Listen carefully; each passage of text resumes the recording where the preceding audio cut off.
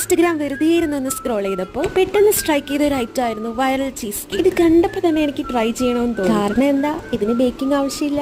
അപ്പോൾ ഇതിനാദ്യം വേണ്ടത് digestive biscuit ആണ്. ഇതുവരെ ട്രൈ ചെയ്യാത്ത ബിസ്ക്കറ്റ് ആയതുകൊണ്ട് ഇതിന്റെ ഫസ്റ്റ് ബൈറ്റ് ഞാൻ ആദ്യം തന്നെ ഒന്ന് ടേസ്റ്റ് ചെയ്യും. അപ്പോൾ നമുക്ക് കേക്ക് ഉണ്ടാക്കിയാലോ?